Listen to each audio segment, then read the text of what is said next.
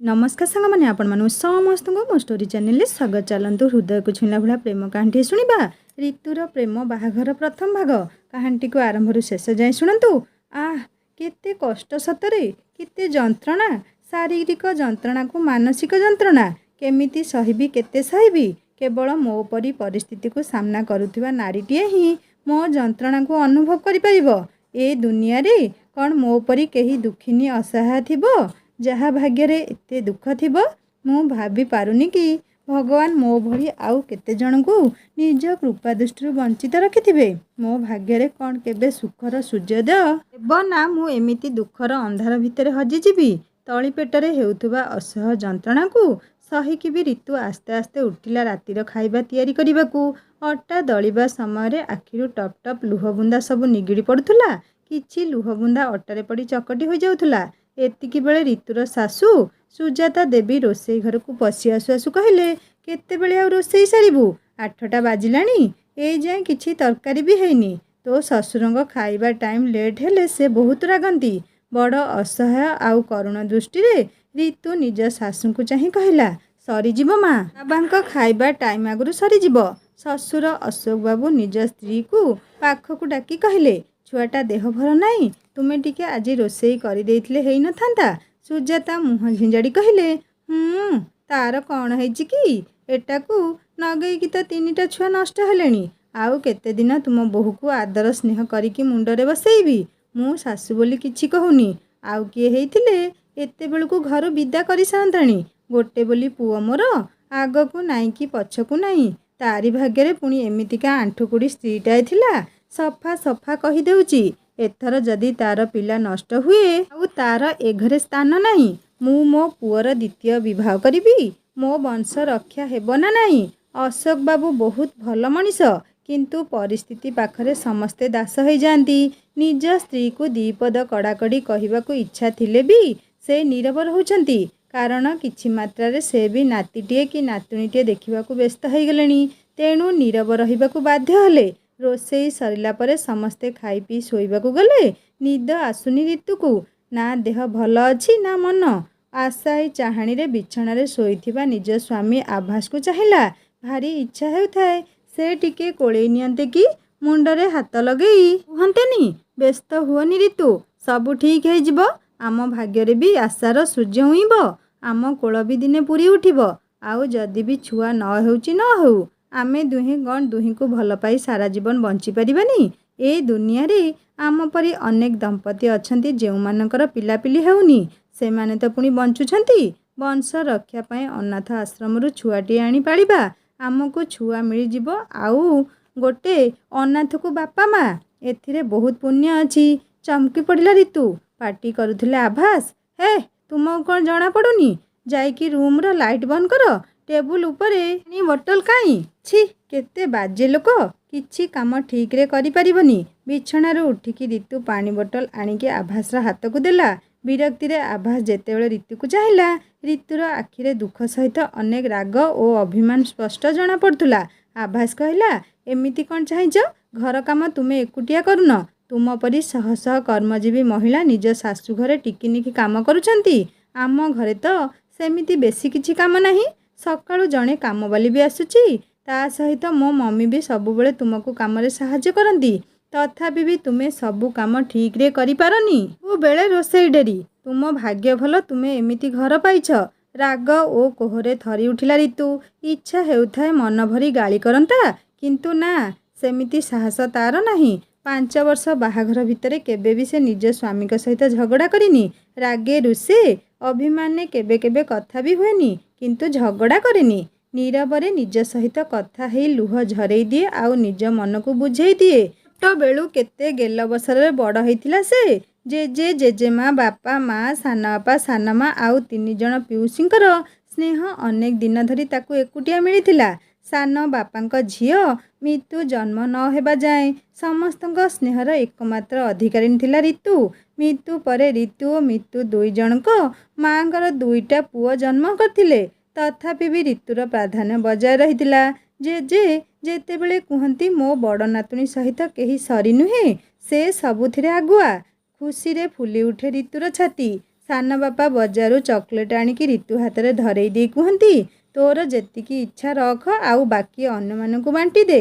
ବଡ଼ ଅଧିକାଟିଏ ପାଇବା ପରି ଅନୁଭବ ହୁଏ ତାକୁ। ଆଉ ସେଇ ଖୁସିରେ ସେ ନିଜ ପାଇଁ କମ୍ ରଖି ଅଧିକ ଚକୋଲେଟ୍ ନିଜ ସାନ ଭାଇ ଭଉଣୀମାନଙ୍କୁ ଦେଇଦିଏ। ଜେଜେମା ଖାଇଲା ବେଳେ ସାଙ୍ଗରେ କେବଳ ରିତୁକୁ ଖୁଆନ୍ତି, ଆଉ ଯୁଆଡ଼େ ଗଲେ ସାଙ୍ଗରେ ତାକୁ ନେଇକି ଯାଆନ୍ତି। ପିଉସୀମାନେ ବି ଘରକୁ ଆସିଲେ ସବୁଠୁ ଦାମିକା ଡ୍ରେସ୍ ରିତୁ ପାଇଁ ଆଣନ୍ତି, ଆଉ ଯିବାବେଳେ ବାଧ୍ୟ କରିକି ତା ହାତରେ ଟଙ୍କା ଦେଇକି ଯାଆନ୍ତି।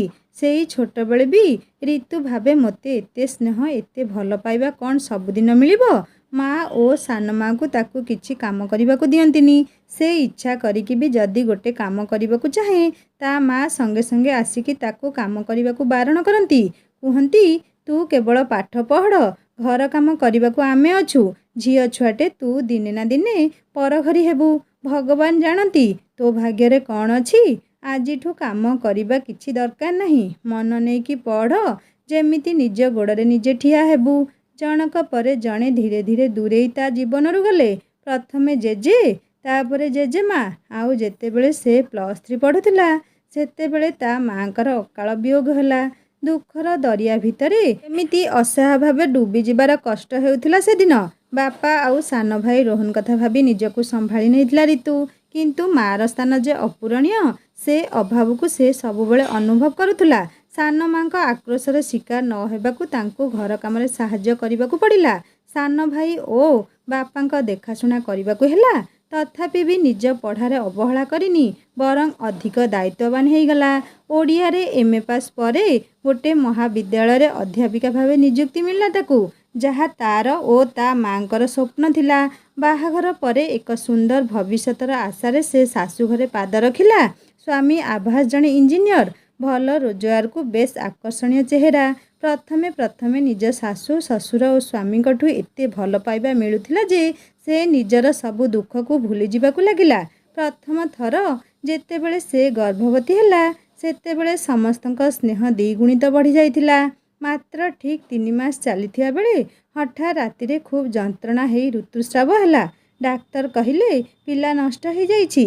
ସେତେବେଳେ ଶାଶୁ ସୁଜାତା ବି ତା ଆଖିରୁ ଲୁହ ପୋଛି କହିଲେ, ବ୍ୟସ୍ତ ହଅନି, ଯାହା ହେବାର ଥିଲା ଭଲ ହେଲା। ପେଟରୁ ଗଲା, କୋଳରୁ ଗଲେ ଆହୁରି ବେଶୀ କଷ୍ଟ।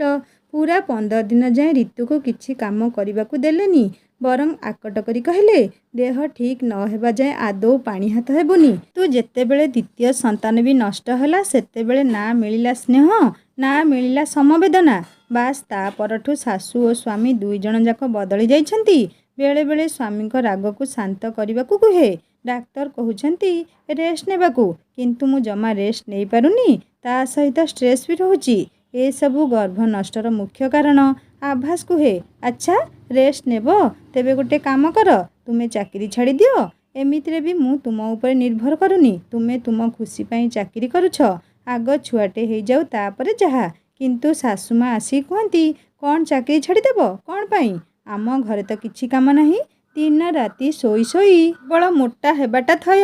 ସହଜେ ତ ପିଲା ହେଉନି, ପୁଣି ମୋଟା ହେଲେ ଛୁଆ ନା ଭୁଆ, ଆଉ କିଛି ହେବନି। ଆଗେ ପିଲା ପେଟରେ 4-5 ମାସ ଯାଏ ରହୁ, ବଳେ ତ ଛୁଟିରେ ରହିବ। ରେଷ୍ଟ ଫେଷ୍ଟ ସବୁ ଫାଲତୁ କଥା। ଆମ ବେଳେ କୁହନ୍ତି, ଯେତେ ଅଧିକ କାମ କରିବ, ସେତେବେଳେ ସୁସ୍ଥ ଛୁଆ ଜନ୍ମ ହେବ। ସମ୍ପୂର୍ଣ୍ଣ ଅସହାୟ ହୋଇଯାଇଛି ରିତୁ। କାହା ପାଖରେ ନିଜ ମନର ଦୁଃଖ ବଖାଣି ଟିକେ ହାଲକା ହେବ? କିଏ ବା ଅଛି ତାକୁ ସାନ୍ତ୍ୱନା ଦେଇ ପଦେ ବୁଝେଇ କହିବ? ସତରେ ମା ନାହିଁ ଯାହାର, ସାହା ନାହିଁ ତାହାର। କାନ୍ଦୁ କାନ୍ଦୁ କେତେବେଳେ ଯେ ସ୍ୱର ଅଧିକ ହୋଇ ଆଭାସର ନିଦରେ ବ୍ୟାଘାତ ସୃଷ୍ଟି କରିଛି ଜଣାପଡ଼ିନି ତାକୁ। ବିରକ୍ତି କଣ୍ଠରେ ଆଭାସ କହିଲା, ଯଦି କାନ୍ଦିବାକୁ ଇଚ୍ଛା, ତେବେ ପ୍ଲିଜ୍ ବାହାରକୁ ଯାଇକି କାନ୍ଦ। ମୋ ପାଖରେ ଏମିତି ଧକେଇ ହେଲେ ମୁଁ ଶୋଇପାରୁନି। ତୁମ ପରି ମୋର ହଜାରେ ଛୁଟି ନାହିଁ। ବହୁତ କାମ ଆଉ ବହୁତ ପ୍ରେସରରେ ରହୁଛି ମୁଁ। କାନ୍ଦି କାନ୍ଦି ଗାଧୁଆ ଘରକୁ ପଳେଇଲା ରିତୁ। କବାଟ ବନ୍ଦ କରି ଖୁବ୍ ଜୋରସେ କାନ୍ଦିଲା। କାନ୍ଥରେ ମୁଣ୍ଡ ବାଡ଼େଇ, ଛାତିରେ ହାତ ବାଡ଼େଇ ନିଜ ଭାଗ୍ୟକୁ ନିନ୍ଦିଲା। ଯେମିତି ଅନ୍ଧକାରମୟ ପରିବେଶରେ ସେ ନିଜର ସତ୍ତା ହରେଇ ଦେଉଛି, ଯେଉଁଠି ଆଶାର ସୂର୍ଯ୍ୟୋଦୟ କେବଳ ବୃଥା ସ୍ୱପ୍ନ। ନିଜକୁ ନିଜେ ପ୍ରଶ୍ନ କରୁଥାଏ ରିତୁ, ସତରେ କ'ଣ ମୋ ଜୀବନରେ ଆଉ ଖୁସି କେବେ ବି ଫେରିବନି? ମୁଁ କ'ଣ ଏମିତି ଯନ୍ତ୍ରଣାର ଜୁଇରେ ଜଳି ଜଳି ନିଃଶେଷ ହେଇଯିବି? ମୁଁ କ'ଣ ଜୀବନ ଯୁଦ୍ଧରେ ଏତେ ଶୀଘ୍ର ହାରିଯିବି? ନିଜେ ନିଜକୁ ବୁଝେଇବା ଛଡ଼ା ଅନ୍ୟ କୌଣସି ରାସ୍ତା ନାହିଁ ରିତୁ ପାଖରେ। ମନ ଭରି କାନ୍ଦିବାକୁ ବି ଅନେକ ସମୟ ମନକୁ ମାରି ଶୋଇ ରହିବାକୁ ବି ତା ପାଖରେ ସମୟ ନାହିଁ। ସକାଳୁ ରାତି ସବୁବେଳେ ବ୍ୟସ୍ତ ରହିବାକୁ ହୁଏ। କଲେଜର ଗେଟ୍ ଭିତରକୁ ପଶୁ ପଶୁ ସବୁ ଦୁଃଖକୁ ଭୁଲି ହସିବାକୁ। ପିଲାମାନଙ୍କୁ କେମିତି ଭଲରେ ପଢ଼େଇବି ସେଇଥିପାଇଁ ମାନସିକ ସ୍ତରରେ ପ୍ରସ୍ତୁତ ହେବାକୁ ହୁଏ।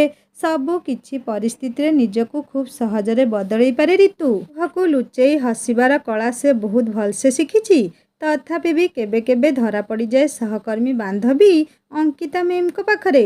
ସେ ନିଜ ଆଡ଼ୁ ରିତୁକୁ ବୁଝାନ୍ତି। ସେଦିନ ବି ରିତୁର ଉଦାସୀ ଚେହେରା ଦେଖି ଅଙ୍କିତା ପଚାରିଲେ, କ'ଣ ହେଇଛି? ସେଇ ସମାନ ଅସୁବିଧା ପାଇଁ ମନ ଦୁଃଖ ନା ଆଉ କିଛି? ରିତୁ କହିଲା, ନା, ଆଉ ଯାହା ସବୁ ସମସ୍ୟା ଅଛି ସେସବୁ ସେଇ ସମସ୍ୟାର ଖିଅ। ସେଇ ସମସ୍ୟାର ସମାଧାନ ନ ହେବା ଯାଏଁ ମୋ ଜୀବନରେ ଖୁସି ଆସିବା ଅସମ୍ଭବ। ଅଙ୍କିତା ରିତୁର ମୁଣ୍ଡରେ ଟିକେ ହାତ ଲଗେଇ କହିଲେ, ହଉ ହଉ, ବ୍ୟସ୍ତ ହୁଅନି। ଭଗବାନ ତୁମର ପରୀକ୍ଷା ନେଉଛନ୍ତି। ତୁମେ ଧୈର୍ଯ୍ୟ ହରାଅନି। ଦେଖିବ ନିଶ୍ଚୟ ସଫଳ ହେବ। ଗୋଟେ କଥା କହିବି, ମାନିବ? ରିତୁ କହିଲା, ହଁ, କୁହନ୍ତୁ। ଅଙ୍କିତା କହିଲେ, ତୁମେ ଏତେ ବଡ଼ ବଡ଼ ଡାକ୍ତରଙ୍କୁ ଦେଖେଇଲଣି, କିନ୍ତୁ ଆମ ଏଇ ପାଖରେ ଜଣେ ଭଲ ଡାକ୍ତର ଅଛନ୍ତି। ତାଙ୍କ ପାଖକୁ ଥରେ ଯାଇକି ଦେଖ। ରିତୁର ହୃତ୍ସ୍ପନ୍ଦନ ଯେମିତି ବଢ଼ିବାକୁ ଲାଗିଲା। ସେ ଠିକ୍ ଜାଣିପାରୁଥିଲା ଅଙ୍କିତା କେଉଁ ଡାକ୍ତରଙ୍କ କଥା କହୁଛନ୍ତି, ଯେଉଁ ଡାକ୍ତରଙ୍କ ପାଖକୁ ସେ ଯିବାକୁ ଚାହୁଁନି। ରିତୁକୁ ବ୍ୟସ୍ତ ହେବା ଦେଖି ଅଙ୍କିତା କହିଲେ, ତୁମେ ସିନା ବିଶ୍ୱାସ କରୁନ, କିନ୍ତୁ ମୋ ଜାଣିବାରେ ସେ ବହୁତ ଭଲ ଡାକ୍ତର। ମୋର ନିଜ ସାନ ଭଉଣୀର ବାହାଘର 7 ବର୍ଷ ଯାଏଁ ପିଲା ହେଉନଥିଲା। ତାଙ୍କ ପାଖରେ ଟ୍ରିଟମେଣ୍ଟ କରିବା ପରେ ଏବେ ଝିଅଟେ ହେଇଛି। ମୁଁ ମୋ ଭଉଣୀ ସହିତ ତାଙ୍କ କ୍ଲିନିକକୁ ବି ଯାଇଛି। ବହୁତ ୱେଲ୍ ବିହେଭ୍ ପର୍ସନ୍। ରିତୁ କହିଲା, ହଁ ମ୍ୟାମ୍, ମୁଁ ଜାଣିଛି ତାଙ୍କୁ। ସେ ବହୁତ ଭଲ, କିନ୍ତୁ ମୁଁ ତାଙ୍କ ପାଖକୁ ଯାଇପାରିବିନି। ରିତୁ ଆଉ କିଛି ନ କହି ଉଠିକି ଚାଲି ଆସିଲା। ଘରେ ପହଞ୍ଚି ଦେଖିଲା ଆଭାସଙ୍କ ମାଉସୀ ଆସିଛନ୍ତି। ତରବରିଆ ଭାବେ ଶାଢ଼ୀ ଚେଞ୍ଜ କରିକି ରୋଷେଇ ଘରକୁ ଗଲା। ସମସ୍ତଙ୍କ ପାଇଁ ପକୁଡ଼ି ଆଉ ଚାହା କରି ନେଇ ଆସିଲା। ଆଭାସର ମାଉସୀ ରିତୁକୁ ବହୁତ ଭଲ ପାଆନ୍ତି। ସେ ରିତୁର ମୁଣ୍ଡ ଆଉଁସି ଦେଇ କହିଲେ, ନାନୀ, ରିତୁ ପରି ବୋହୂ ଭାଗ୍ୟରେ ଥିଲେ ମିଳେ, କୋଉଥିରେ ତାକୁ ବାଛିବାର ନାହିଁ। କାମରୁ ଆସି ଟିକେ ରେଷ୍ଟ ବି ନେଉନି। ରିତୁର ଶାଶୁ ମୁହଁ ଝିଞ୍ଜାଡ଼ି ଦେଇ କହିଲେ, ହଁ, ଭଲ ହେଇ ଲାଭ କ'ଣ? ମୋ କୂଳ ତ ବୁଡ଼ିବାକୁ ବସିଲାଣି। ମାଉସୀ କହିଲେ, ହେ, ତୁ କାହିଁକି ବେକାର କଥାଗୁଡ଼ା କହୁଛୁ? ଛୁଆଟେ କେତେ ବୟସ ହେଇଛି ଯେ? ଟିକେ ଧୈର୍ଯ୍ୟ ଧର। ମୋ ମନ କହୁଛି ତାର ନିଶ୍ଚୟ ପିଲା ହେବ। ତା ଛଡ଼ା ଏଥିରେ ତାର ଦୋଷ କ'ଣ? ସେ ତ ଜାଣି ଜାଣି କିଛି ଭୁଲ କରୁନି ନା। ତୁ ଆଉ କେବେ ତାକୁ ଏମିତି କଥା କହିବୁନି। ତୁ କ'ଣ ବୁଝିପାରୁନୁ? ତୋଠୁ ଅଧିକ କଷ୍ଟ ତାକୁ ହେଉଛି।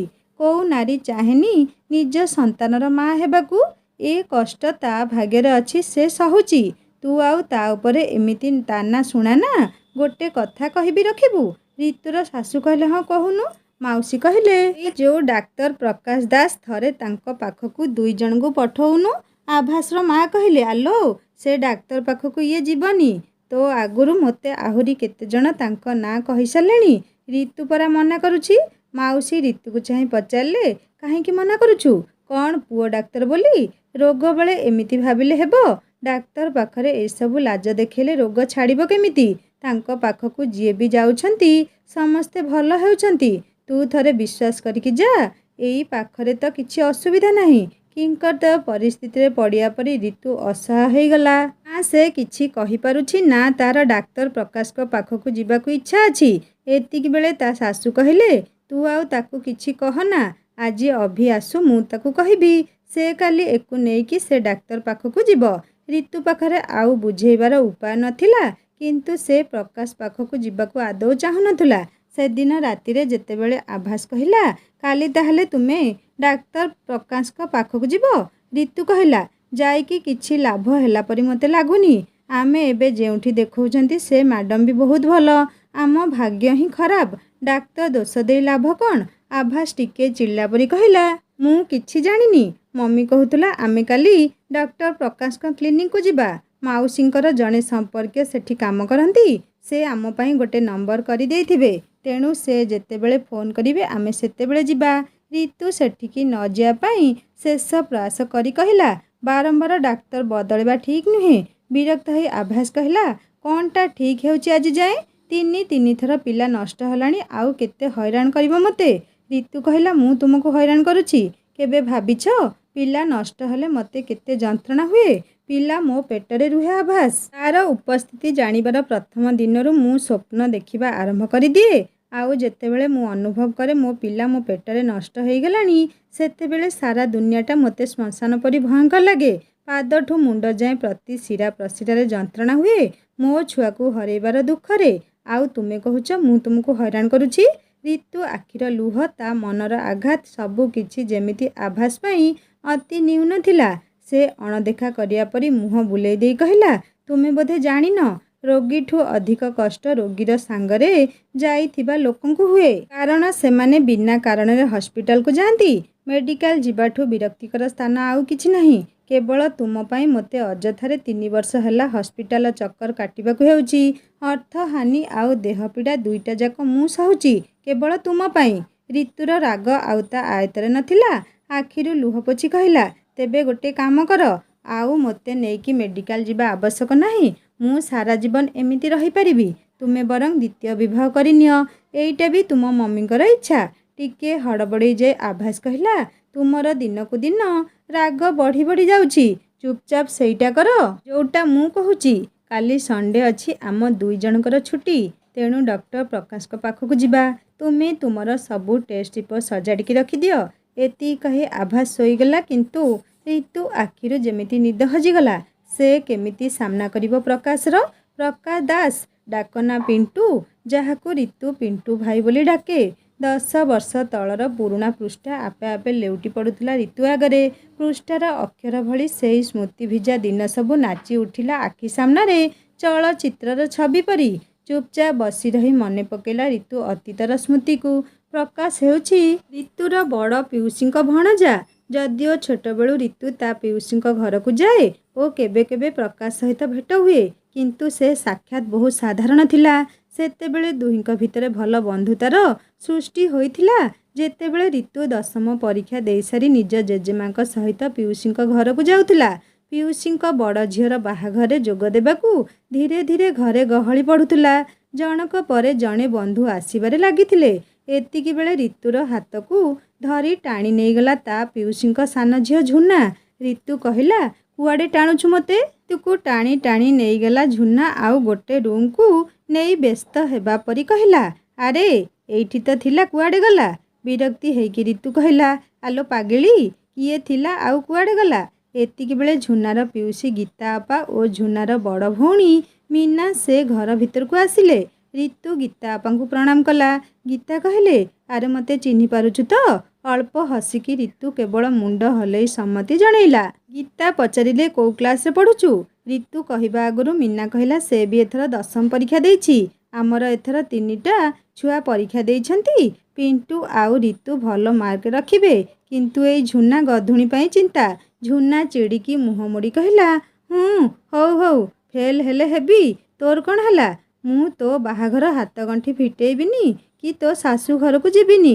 गीता आपा कहिले, अरे आउ 2 दिन परे तू शाशु घर को जीवु, आहुरी 2 जनकर कली छाड़िनी। झुना एबे सेठू पळेई आसिला। आउ झुना पछे पछे ऋतु। झुना को चाही ऋतु पचारिला, आलो तू कौन पाई मते भिड़िकी आणुथुलु? कहिला, तोते जनक सहित देखा करेइबाकू हेले जना नाही, संगे संगे से कुआडे गला? ऋतु कहिला, काहा सहित देखा करेइबू? झुना कहिला, किए आउ? मो पिंटू भाई। मते देखु देखु आगे तो कथा पचारिला आउ कहिला, तोते डाकी देबाकू। हेले मु तोते डाकिकी आनिला बेलकू से जाई कुआडे बुलुछि के जानी।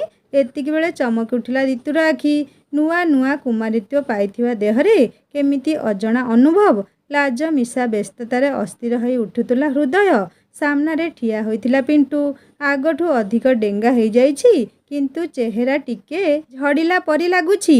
ऋतु को चाही अल्प हसी कहिला, हे मते चिन्हि पारुछु? ऋतु भी सामान्य हसी कहला, हूँ चिन्हि पारिबिनी काहींकी? कौन आगठू अधिक डेंगा हो जाइछ बोली? एबे टिके अधिक हसिला पिंटू। आउ ऋतुर पादठू मुंड जाए आखि बुले नहीं कहला, हाँ मु केवल टिके डेंगा हो जाइछि, किंतु तुमे तो बहुत बदली जाइछ, संगे संगे चिन्हि हेउनी। ऋतु पचारिला, बदल जाइछि माने? पिंटू कहला, आगठू अधिक सुंदर हो जाइछ। टिके लाज लागिला ऋतु को। से पछकू चाही देखे तो झुना सेठी नाही। पिंटू कहला, झुना पळेलाणी, तुमे एठी बस। तुहे बसिया परे पिंटू ऋतु को पाठ पढ़ा विषय पचारला। तू कहला, हाँ परीक्षा भल होईची। पिंटू गोटे परे गोटे अनेक प्रश्न पचारिबारे लागिला। आगकू कौन पढ़िबो? को कॉलेज पढ़िबो? तापरे कौन करिबो? ସବୁ ପ୍ରଶ୍ନର ଉତ୍ତର ଦେଉଥାଏ ରିତୁ। ଦୁଇ ଜଣ ଏତେ ଗପୁଥିଲେ ଯେମିତି ଅନେକ ଦିନରୁ ଅନେକ କଥା ସାଇତି ରଖିଥିଲେ। ତାଙ୍କ ପାଖରେ ଏବେ ପହଞ୍ଚିଗଲେ ପିଣ୍ଟୁର ଦୁଇ ସାନ ଭଉଣୀ ଲିନୁ ଆଉ ସୋନୁ। ତାଙ୍କ ପରେ ପରେ ସେ ଘରର ଆଉ କେତେଜଣ ପିଲାମାନେ ସମସ୍ତେ ମିଶିକି ଗପିବାରେ ଲାଗିଲେ। ବାହାଘର ପାଇଁ ସମସ୍ତେ କାମରେ ବ୍ୟସ୍ତ ରହୁଥିଲେ, ଆଉ ପିଲାମାନେ ମିଶିକି କେବଳ ମଜା କରୁଥିଲେ। ପିଣ୍ଟୁ, ଝୁନା, ରିତୁ ଓ ଅନ୍ୟ ଛୋଟ ପିଲାମାନେ ମିଶିକି ଲୁଡୁ, କ୍ୟାରମ୍ ଏମିତି ଖେଳ ଖେଳୁଥିଲେ। ଝୁନାକୁ କିଛି କିଛି କାମ କରିବାକୁ ହୁଏ, କିନ୍ତୁ ରିତୁ କୁଣିଆ ହୋଇଥିବାରୁ ତାକୁ କେହି କିଛି କାମ କରିବାକୁ କୁହନ୍ତିନି। ପିଣ୍ଟୁ ଅନେକ ସମୟ ରିତୁ ସହିତ କଥା ହୁଏ। ରିତୁକୁ ଟିକେ ସଂକୋଚ ଲାଗେ, କାଳେ ଅପା କି ପିଉସା କିଛି ଭାବିବେ, କିନ୍ତୁ ପିଣ୍ଟୁ ଉପରେ କିଛି ଫରକ ପଡ଼ୁନଥିଲା। ବୋଧହୁଏ ସେ ନିଜକୁ ବହୁତ ଛୋଟ ପିଲାଟେ ବୋଲି ଭାବୁଥିଲା। ସନ୍ଧ୍ୟା ସମୟରେ ସମସ୍ତେ ମିଶିକି ଟିଭି ଦେଖୁଥିଲେ। ଝୁନାକୁ ତାର ମା ଡାକିବାରୁ ସେ ଚେୟାରରୁ ଉଠିକି ଗଲା। ଅଳ୍ପ ସମୟ ପରେ ପୁଣି ଆସିକି ଯେତେବେଳେ ଟିଭିକୁ ଚାହିଁ ନିଜ ଚେୟାରରେ ବସିବାକୁ ଯାଉଥିଲା, ଠିକ୍ ସେତିକିବେଳେ ପିଣ୍ଟୁ ଆସ୍ତେ ଆସିକି ତା ଚେୟାରକୁ ଘୁଞ୍ଚେଇ ଦେଲା। ଦୁଲ କରିକି ଝୁନା ତଳେ କଚାଡ଼ି ହେଇକି ପଡ଼ିଲା। ସମସ୍ତେ ବହୁତ ହସିଲେ। ରିତୁ ହସିବା ସହିତ ଝୁନାକୁ ତଳୁ ଉଠେଇଲା ଆଉ ପିଣ୍ଟୁକୁ ଚାହିଁ କହିଲା, ଏମିତି ଥଟ୍ଟା କ'ଣ କରାଯାଏ? ବିଚାରୀର ଯଦି କିଛି ହେଇଯାଇଥାନ୍ତା? ପିଣ୍ଟୁ କହିଲା, ମୁଁ ଜାଣିଛି ତାର କିଛି ହେବନି। ଝୁନା ବଡ଼ ପାଟି କରି କହିଲା, ନିଜ ଅପାଙ୍କୁ ଡାକିଲା। ଗୀତା ଆପା ଆସିକି ନିଜ ଦୁଷ୍ଟ ପୁଅର କାନ ଧରିକି କହିଲେ, ଏଡ଼େ ବଡ଼ ପିଲାଟେ ହେଲୁଣି, ଆହୁରି ଛୁଆଙ୍କ ପରି ହେଉଛୁ। ଝିଅ ଛୁଆଟା ଯଦି ଅଣ୍ଟା କିଛି ହେଇଯାଇଥିବ? ପିଣ୍ଟୁ କହିଲା, କ'ଣ ମା, ତୁମେ ଅଯଥାରେ ଚିନ୍ତା କରୁଛ?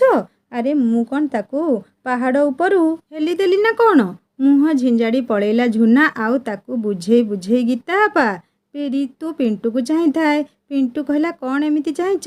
ରିତୁ କହିଲା, ନା ଭାବୁଛି ସତରେ ତୁମେ ଯେମିତି ଥିଲ ସେମିତି ଅଛ। ହସି ହସି ପିଣ୍ଟୁ କହିଲା, ହଁ ଏମିତି ହିଁ ସାରା ଜୀବନ ରହିବି। ବାହାଘର ଦିନ ସମସ୍ତେ ସୁନ୍ଦର ସୁନ୍ଦର ଡ୍ରେସ୍ ପିନ୍ଧିବା ସହିତ ନିଜକୁ ବହୁ ସଜେଇବାକୁ ଲାଗିଲେ। ସମସ୍ତଙ୍କ ଭିତରେ ଚମକି ଉଠୁଥିଲା ରିତୁ, ଯେମିତି ତାରାମାନଙ୍କ ଗହଣରେ ଚନ୍ଦ୍ରମା। ପିଣ୍ଟୁ କ'ଣ ଭାବିଲା କେଜାଣି ସିଧା ଆସିକି କହିଲା, ତୁମେ ଏତେ କାହିଁକି ସଜେଇ ହେଇଛ? ବାହାଘର ତ ମୀନା ନାନୀର ହେବ। ସେ ବର ଯଦି ଭୁଲରେ ତୁମକୁ କନିଆ ଭାବି ନିଏ? ଝିଅ ପିଲାଙ୍କ ଗୁଣ ଖରାପ। ବାହାଘର ଜଣକର ହେଉଥିବ, ସମସ୍ତେ କନ୍ୟା ଭଳି ସଜେଇ ହେଇଥିବେ। ଏତିକି କହି ପିଣ୍ଟୁ ହସିବାକୁ ଲାଗିଲା। ରିତୁ ଟିକେ ରାଗିଯିବା ପରି କହିଲା, ହଉ ଠିକ୍ ଅଛି, ମୁଁ ଡ୍ରେସ୍ ବଦଳେଇ ଦେଉଛି। ପିଣ୍ଟୁ କହିଲା, ନା ନା, ମୁଁ ଏମିତି ମଜାରେ କହିଦେଲି। ରିତୁ କିନ୍ତୁ ବହୁତ ରାଗିବା ପରି ବ୍ୟବହାର କଲା। ସେଇ ପାଖରେ ରବି ମାମୁଁ ଠିଆ ହେଇଥିଲେ, ରିତୁର ପିଉସୀଙ୍କ ଯାର ସାନ ଭାଇ। ସେ ରିତୁ ଅପେକ୍ଷା 3-4 ବର୍ଷ ବଡ଼ ହେବ। ସେ ରିତୁ ଓ ପିଣ୍ଟୁର ସବୁ କଥାବାର୍ତ୍ତା ଶୁଣୁଥିଲା। ରିତୁକୁ ରାଗିବା ଦେଖି ସେ ପିଣ୍ଟୁକୁ ଚାହିଁ କହିଲା, ତୁମେ ପାଠଶାଠ କିଛି ପଢ଼ୁଛ ନା ନାହିଁ? କେମିତି କଥାବାର୍ତ୍ତା କରାଯାଏ ଶିଖିନ? ତାପରେ ସେ ରିତୁକୁ ଚାହିଁ କହିଲା, ପ୍ଲିଜ୍ ଏ ଡ୍ରେସ୍ ଚେଞ୍ଜ କରନି। ତୁମକୁ ଏ ଡ୍ରେସ୍ଟା ବହୁତ ଭଲ ମାନୁଛି, ଗୋଟେ ହିରୋଇନ୍ ପରି ଦିଶୁଛ। ରିତୁ କିଛି ନ କହି ସେଠୁ ପଳେଇ ଆସିଲା। ପିଣ୍ଟୁର ମନ ବି ଖରାପ ହେଇଗଲା। ତାକୁ ରବି ମାମୁଁର କଥା ଯେତିକି ବାଧିଲା ତାଠୁ ଅଧିକ ବାଧିଲା ସେ ରିତୁର ତାରିଫ କରିବା। ପିଣ୍ଟୁ ରିତୁର ପଛେ ପଛେ ଗଲା। ରିତୁ ମିଛ ରାଗ ଦେଖେଇ କହିଲା, କାହିଁକି ଆସୁଛ ମୋ ପଛରେ? ମୁଁ ଭଲ ପିଲା ନୁହେଁ? ତୁମେ ମୋ ସାଙ୍ଗ ହେବା ଦରକାର ନାହିଁ। ପିଣ୍ଟୁ କହିଲା, ହେ, ତୁମେ ଏଇ ଛୋଟିଆ କଥାକୁ ଧରୁଛ? ମୁଁ ତ ମଜାରେ କହିଦେଲି। ଲାଗୁଛି ତୁମେ ବି ସେ ରବି ମାମୁଁ ପରି ମୋତେ ଗୋଟେ ଖରାପ ପିଲା ଭାବୁଛ। ରିତୁ କହିଲା, ନା, ମୁଁ ସେମିତି ଭୁଲ କରିପାରିବିନି, କାରଣ ମୁଁ ତୁମକୁ ଭଲସେ ଜାଣିଛି। ତୁମ ଭଳି ଗୋଟେ ଟ୍ୟାଲେଣ୍ଟେଡ୍ ଜିନିୟସ୍ ବୟକୁ ଖରାପ ପିଲା କେମିତି ଭାବିବି? ପିଣ୍ଟୁ କହିଲା, ଆଚ୍ଛା, ଏଇଟା ସତରେ କହୁଛ ନା ଥଟ୍ଟାରେ? ରିତୁ କହିଲା, ମୁଁ କାହାକୁ ଥଟ୍ଟା କରେନି। ମୋତେ କ'ଣ ତୁମ ଭଳି ଭାବିଛ? ତୁମେ ଯେମିତି ମୋତେ ଥଟ୍ଟା କରିକି କନ୍ୟା ବୋଲି କହିଲ। ପିଣ୍ଟୁ କହିଲା, ଓ, ରାଗ ତାହେଲେ କମିନି? ହଉ, ମୋର ଭୁଲ ହେଇଗଲା। ରିତୁ କହିଲା, ଥାଉ ଥାଉ, ବଡ଼ ଅପରାଧୀ ଭଳି ଆଉ ହାତ ଯୋଡ଼ିକି ଭୁଲ ମାଗନି। ମୁଁ ରାଗୁନି। ପିଣ୍ଟୁ ସତରେ ରାଗିନ ତ? ମୁଣ୍ଡ ହଲେଇକି ମନା କଲା ରିତୁ। ଦୁହେଁ ଏବେ ବାହାଘର ବେଦୀ ପାଖରେ ଯାଇ ବାହାଘର ଦେଖିଲେ। ବାହାଘର ସରିଲା। ସକାଳୁ ସକାଳୁ କନ୍ୟା ବିଦା ହେବା ପରେ କିଛି ବନ୍ଧୁବାନ୍ଧବ ନିଜ ନିଜ ଘରକୁ ପଳେଇ ଆସିଲେ। ରିତୁ ବାପା, ମା, ସାନାପା ଓ ସାନମା ସମସ୍ତେ ଫେରି ଆସିଲେ, କିନ୍ତୁ ରିତୁ ଆସିଲାନି। ସେ ରହିଲା ଚତୁର୍ଥୀ ପରେ ଜେଜେମା ସହିତ ଫେରିବ। ବାହାଘର ଦିନ ରାତିରେ ସମସ୍ତେ ଅନିଦ୍ରା, ତେଣୁ ତା ପରଦିନ ରାତିରେ ଯିଏ ଯେଉଁଠି ପାରିଲେ ସେଠି ଥକ୍କାରେ ଶୋଇଯାଇଥାନ୍ତି। ଅଧରାତିରେ ରିତୁକୁ ଶୁଶୁ ଲାଗିବାରୁ ସେ ଏକୁଟିଆ ଉଠିକି ୱାସରୁମକୁ ଗଲା, କିନ୍ତୁ ଯେତେବେଳେ ବାହାରକୁ ଆସିବାକୁ କବାଟ ଖୋଲିଲା, କେହି ଜଣେ ତାକୁ ଭିତରକୁ ଠେଲିକି କବାଟ ବନ୍ଦ କରିଦେଲା। ରିତୁ ଛାଡ଼ ଛାଡ଼ କହିକି ଜୋରସେ ପାଟି କରିବାକୁ ଚେଷ୍ଟା କରୁଥାଏ। ଆଉ କେହି ଜଣେ ତା ପାଟିରେ ହାତ ଦେଇ ତାକୁ ଚୁପ୍ ରହିବାକୁ କହୁଥିଲା। ଭୟରେ ରିତୁ ଥରିବାକୁ ଲାଗିଲା। ତା ଦେହ ଯେମିତି ଶକ୍ତିହୀନ ହେଇଯାଉଥିଲା। ସେ ପାଟି କରି ପ୍ରତିବାଦ କରିବାକୁ ଯେତେ ଚେଷ୍ଟା କଲେ ବି ସବୁକିଛି ବୃଥା ହେଇଯାଉଥିଲା। ଭୟରେ ରିତୁ ଥରିବାକୁ ଲାଗୁଥିଲା। ସେ ମୁକୁଳିବା ପାଇଁ ଯେତେ ଚେଷ୍ଟା କଲେ ବି ସବୁ ବୃଥା ହେଉଥିଲା। ଅତ୍ୟଧିକ ଭୟ ଯୋଗୁଁ ସେ ଯେମିତି ଶକ୍ତିହୀନ ହେଇଯାଉଥିଲା। ସେ ଯେମିତି ସଙ୍ଗେ ସଙ୍ଗେ ଚେତାଶୂନ୍ୟ ହେଇଯିବ। କାହାକୁ ପାଟି କରି ଡାକିବାକୁ ବି ସେ ଚେଷ୍ଟା କରିପାରୁନି। ତା ପାଟିରୁ ଶବ୍ଦ ବାହାରୁନି। କେବଳ ଆଖିରୁ ପ୍ରତିବାଦର ଅଶ୍ରୁ ଝରିବା ସହିତ ନିଜ ହାତରେ ନିଜ ଦେହକୁ ଜାବୁଡ଼ି ଧରି ଖସିବାକୁ ଚେଷ୍ଟା କରୁଥାଏ। ଏ ଅଭଦ୍ରଟା ଉପରେ ରିତୁ ଅସହାୟତାର କୌଣସି ପ୍ରଭାବ ପଡ଼ୁନଥିଲା। ସେ ସେମିତି ରିତୁକୁ ନିଜ ଆଡ଼କୁ ଭିଡ଼ିବା ସହିତ ତା ଡ୍ରେସ୍କୁ ବି ଚିରି ଦେଉଥିଲା। କେମିତି କେଜାଣି ପିଣ୍ଟୁର ନିଦ ଭାଙ୍ଗିଗଲା। ତାକୁ ଶୋଷ ଲାଗୁଥିଲା। ସେ ପାଣି ବୋତଲ ନେବାକୁ ଫ୍ରିଜ୍ ପାଖକୁ ଆସୁ ଆସୁ ତାକୁ ବାଥରୁମ୍ରୁ କିଛି ଆବାଜ ଶୁଭିଲା। ସେ କବାଟ ପାଖକୁ ଯାଇ କବାଟ ବାଡ଼େଇ ପଚାରିଲା, ଭିତରେ କିଏ ଅଛ? ରିତୁକୁ ପିଣ୍ଟୁର ସ୍ୱର ଶୁଭିଲା ମାତ୍ରେ ରିତୁ ଚିଲେଇବାକୁ ଲାଗିଲା। ସେ ବଦମାସଟା ତା ପାଟିରେ ହାତ ଦେଇଦେଲା।